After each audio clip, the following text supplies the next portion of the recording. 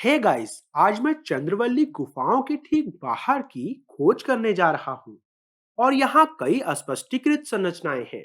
जैसे कि यह बहुत अजीब लग रहा है ना? क्या यह एक मंदिर है या यह कुछ और है? इसे दो विशाल प्राकृतिक चट्टानों के बीच बनाया गया है और हम तीन खिड़कियों के साथ एक साधारण त्रिकोण देख सकते हैं। आइए करीब जाएं और एक अच्छी नजर डालें। कोई सुनसान जगह पर ऐसी संरचना क्यों बनाएगा?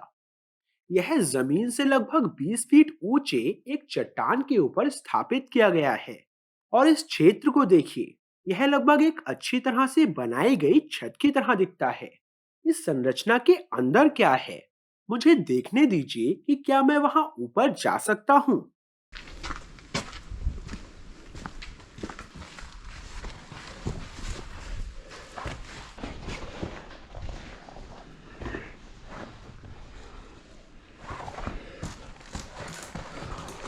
यहाँ एक अजीबोगरीब नक्काशी है जिसे शायद ज्यादातर लोग मिस कर देंगे। यह दाईं ओर इशारा करते हुए एक सरीसृप की तरह लग रहा है। या तो यह एक अधूरी नक्काशी है या इसे विशेष रूप से इतना हल्का बनाया गया है, इसलिए अधिकांश लोग इसे नोटिस नहीं करेंगे। मैं इन चट्टानों के बीच दबकर निकल रहा हूँ और इस क्षेत्र में पहुंचने की कोशिश कर रहा हूँ। यह एक गुप्त ठिकाना या कुछ और रहा होगा, क्योंकि उन्होंने लोगों के इस इमारत तक पहुंचने के लिए उचित मार्ग नहीं बनाया है। मेरा कैमरा पर्सन और गाइड पीछे रह गए हैं, जबकि मैं यह देखने की कोशिश कर रहा हूँ कि यहाँ क्या हो रहा है। यहाँ एक अच्छे प्रवेश द्वार के साथ एक ईंटों की संरचना है। इस क्षेत्र में कई पुराने दरवाजे 4 फीट से भी कम ऊंचे हैं, मानो वे छोटे लोगों या छोटे हरे लोगों के लिए डिजाइन किए गए हों। लेकिन अंदर कुछ भी नहीं है। कुछ हिस्सों को चूने के गारे से प्लास्टर करके ईंट की दीवारें बनाई गई हैं। मैं ऊपर चढ़ने के लिए संघर्ष कर रहा हूँ।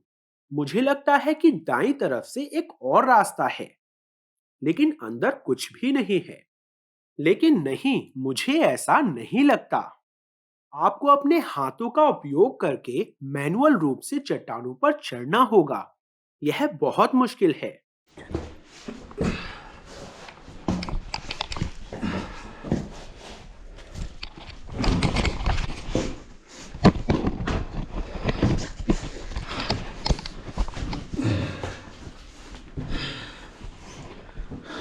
शीर्ष पर फिर से कुछ भी नहीं है। बस एक प्राकृतिक चट्टान का फर्श है और ईंट की खिड़कियां हैं। इसे बनाने का क्या मतलब था? यह ऊपर से कैसा दिखता है? यह काफी ऊंचा है। हालांकि चढ़ने के दौरान मैंने इसे महसूस नहीं किया। ईंट की दीवारों को अच्छी तरह से प्लास्टर किया गया है और खिड़कियों को अच्छे मेहराब के साथ डिजाइन किया गया है। क्या यह एक लुकआउट पोस्ट था, एक तरह का वॉच टावर? और इसका क्या उद्देश्य हो सकता है? आप इसमें सीधे खड़े भी नहीं हो सकते, क्योंकि छत फिर से 4 फीट से कम ऊंची है। आप देख सकते हैं कि मैं कैसे झुक रहा हूँ, क्योंकि छत बहुत नीची है। फर्श भी दोनों तरफ ढलान पर है। आप खिड़की से फिसल कर नीचे गिर सकते हैं या नीचे दूसरी तरफ खिसक सकते हैं। मेरा मतलब है कि इस संरचना का क्या उपयोग किया गया था? यहाँ कोई जगह नहीं है, कोई व्यवहारिक उपयोग नहीं है, कुछ भी नहीं है। आप यहाँ खड़े भी नहीं हो सकते। लेकिन नीचे उतरना और भी कठिन है, क्योंकि पकड़ने या सहारा लेने के लिए कुछ भी नहीं है।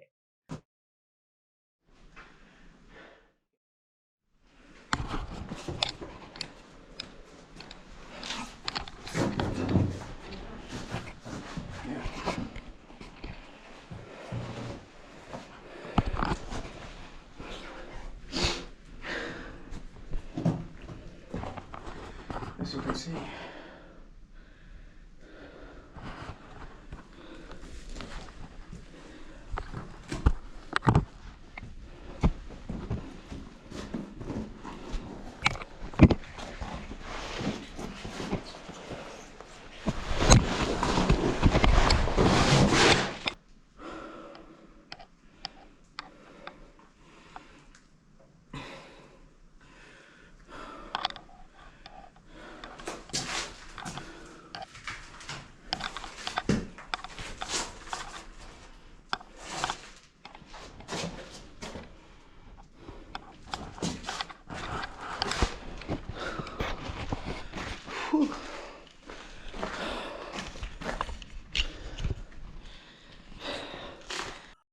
रूप से कुछ अंदर रहा होगा, लेकिन उन्होंने छत को इतना नीचा क्यों बनाया कि वे सीधे खड़े भी नहीं हो सकते?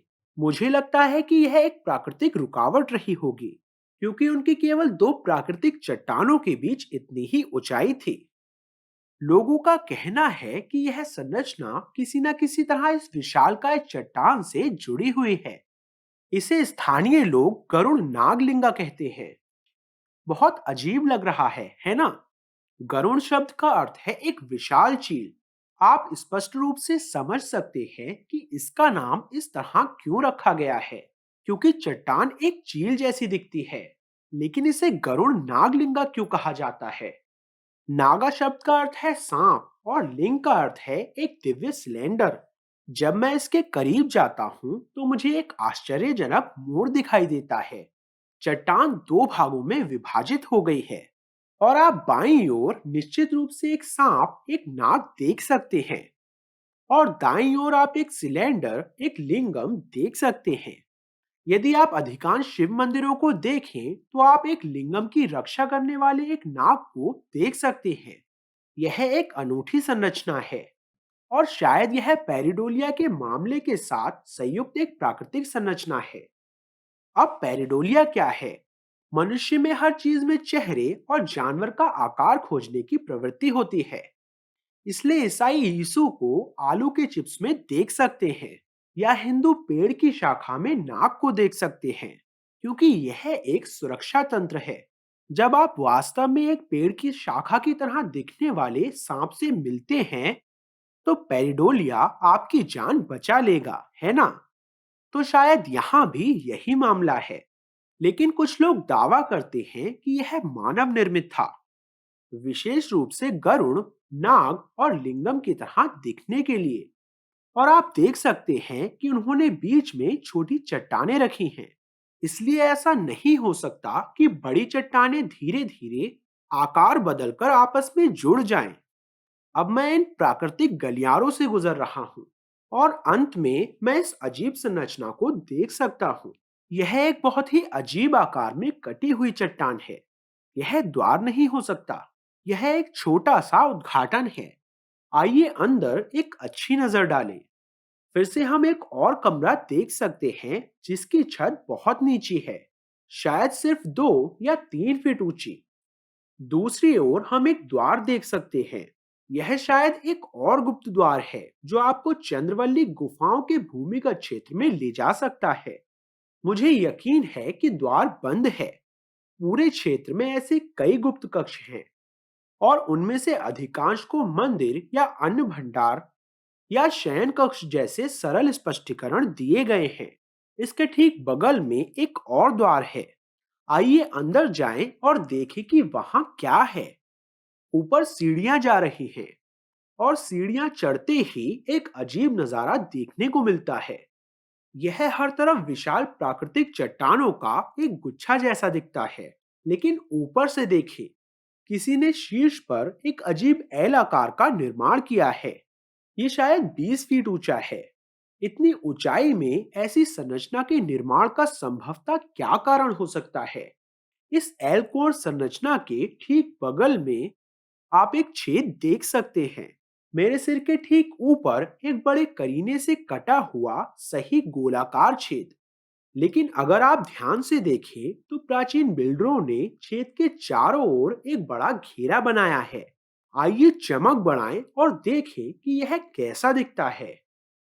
यह बहुत ही अजीब है और आप उसमें से सूरज को चमकते हुए देख सकते हैं। इसे क्यों बनाया गया? छेद के चारों ओर एक रिंग के आकार की संरचना है और छेद उस रिंग के बिल्कुल केंद्र में है। इसका कोई बहुत ही महत्वपूर्ण कारण रहा होगा, क्योंकि इसके लिए उन्हें वहां ऊपर चढ़ना पड़ा होगा और इतनी कठिन नक्काशी करनी पड़ी होगी। और भी अजीब बात यह है कि एक तरफ विशाल चट्टानों में से एक पर 4 छेद कटे हुए प्रतीत होते हैं। यह सवालों का एक गुच्छा खड़ा करता है। वे निश्चित रूप से कुछ बहुत ही अजीब कर रहे थे। शीर्ष पर छेद और किनारे पर 4 छेद साबित करते हैं कि वे कुछ अजीब कर रहे थे। क्या वह किसी प्रकार का प्रकाश प्रयोग कर रहे थे? फोकस बना रहे थे और सूर्य के प्रकाश को परावर्तित कर रहे थे? क्या वे लेंस का उपयोग कर रहे थे? मेरा मतलब है कि वे क्या कर रहे थे। आप देख सकते हैं कि ऊपर की पूरी चीज एक चाबी के छेद की तरह दिखती है और सबसे नीचे एक अंधेरा कक्ष है। यह बहुत अंधेरा है। आइए इस अंधेरे कक्ष में जाएं और देखें कि क्या हमें वहां कोई सुराग मिल सकता है। आप क्या देखते हैं? आप कुछ खंभे देख सकते हैं। लगभग कुछ भी नहीं दिख रहा है, लेकिन यहाँ एक मुहाना है। शीर्ष पर स्लैब में से एक खुला हुआ है और आप क्रॉस बीम देख सकते हैं। यह जगह इतनी अंधेरी है कि कुछ दिखाई नहीं देता। फर्श पर एक आयताकार स्लैब है और बिल्कुल केंद्र में एक गोलाकार छेद है। यह यहाँ क्या कर रहा है? आप इस पूरी जगह के बारे में क्या सोचते हैं? मुझे उम्मीद है कि आपको यह वीडियो पसंद आया होगा। मैं प्रवीण मोहन, देखने के लिए बहुत बहुत धन्यवाद और मैं आपसे जल्द ही बात करूंगा। बाय।